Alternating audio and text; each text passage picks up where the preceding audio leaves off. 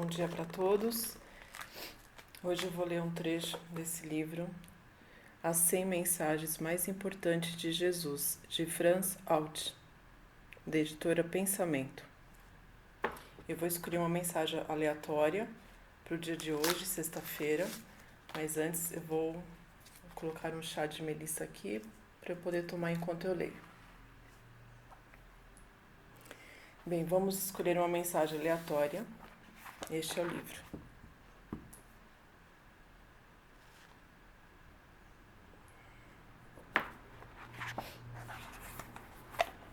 A mensagem aleatória está na página 127, mensagem número 38, a ressurreição dos mortos. E vede, não há Deus dos mortos, e sim Deus dos vivos, pois todos vivem a partir dele. Jesus se envolvera em uma discussão com os saduceus. Tratava-se de um influente grupo religioso e político, mas que, ao contrário dos fariseus, contestava a existência de anjos e a continuação da vida após a morte.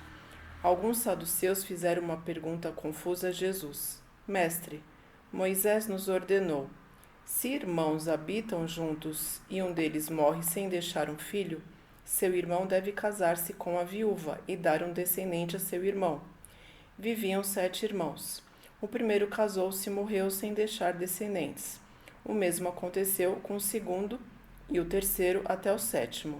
Por fim, após todos, também morreu a viúva. Na reanimação, caso eles retornem à vida, de qual deles será a esposa, uma vez que todos a desposaram? E aqui a mensagem continua. Jesus respondeu: na reanimação, depois que Deus os fez retornar à vida, não se casam, nem são dados em casamento, mas serão como os mensageiros de Deus, anjos nos céus. E vede, não há Deus dos mortos, e sim Deus dos vivos, pois todos vivem a partir dele. Portanto, o Pai de Jesus é um Deus dos vivos, um Deus da garantia de vida. Nos textos gregos fala-se sempre ressurreição. No entanto, a palavra correspondente em aramaico é reanimação. A diferença é considerável. Ressurreição pressupõe um acontecimento no qual a pessoa em questão pode comportar-se de maneira passiva. A ressurreição depende de sua fé ou da ausência dela. Ocorre sem levar em conta o esforço pessoal. Em contrapartida, a reanimação indica que a pessoa em questão tem de ser ativa para ser reanimada. Reanimada significa um auxílio espiritual para ajudar a si mesmo. Além do amor, a morte é o acontecimento mais importante em nossa vida. Porém, temos muito medo de morrer. Em eventos sociais ou até mesmo em rodas descontraídas de amigos, quando começamos a falar da morte ou apenas de experiências de quase morte, até os melhores amigos emudecem. Atualmente, um grande número de pessoas já não veem a morte como passagem ou mudança, e sim como fim definitivo ou a catástrofe por excelência. A morte pode surpreender a todos, quer tenhamos muita, pouca ou nenhuma fé. Sabe-se que por volta de 2 milhões de pessoas na Alemanha que tiveram experiências de quase morte, libertaram-se do medo depois de olharem pela primeira vez para o outro lado ou para o mundo espiritual.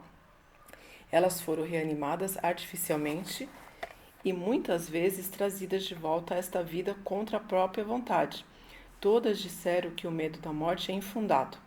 Elizabeth Kübler-Ross, grande pesquisadora do tema, esteve ao lado de centenas de pessoas à beira da morte.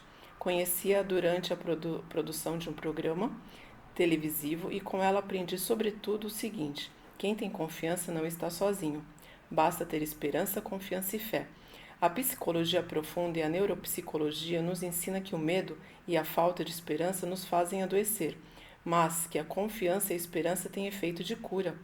Por isso, há sempre que se preferir a esperança ao desespero. Essas experiências e indicações também podem fazer com que vivenciemos emoções e prestemos atenção em nossos sonhos. Eu gostaria de um dia não ter de morrer, e sim poder morrer. Um dos meus melhores amigos faleceu há um ano com 83 anos. Em nosso último encontro em uma instituição para pacientes terminais, ele me disse radiante: nunca imaginei que morrer pudesse ser tão fácil. Depois de assistir ao filme com Elizabeth Kübler-Ross, transmitido várias vezes na televisão, muitas pessoas que tiveram experiência de quase morte me relataram que após essa situação passaram a viver de maneira mais espiritual, consciente, atenta e mais atenta do que antes. Se Deus é um Deus dos vivos, se nos tornaremos como os anjos ou se renasceremos, de que haveremos ter medo? A propósito, caro leitor, você acredita em anjos? Enquanto lê estas páginas, está consumindo oxigênio sem o enxergar. No entanto, ele é vital. O mesmo poderia acontecer com a existência dos anjos. A mensagem daqui é muito bonita, mas principalmente a gente tem que ter em mente que, principalmente as pessoas que procuram seguir os mandamentos de Deus, essas sim, as que procuram, se esforçam, se confessam, recebem a comunhão de forma frequente, principalmente aos domingos, e assim, vivem uma vida de amor, de caridade, compreensão, perdão, essas principalmente não têm por que ter medo da morte, porque elas estão seguindo os mandamentos de Deus. Então, eis a mensagem para hoje, tá bom? Espero que todos tenham um ótimo dia, sempre com Deus.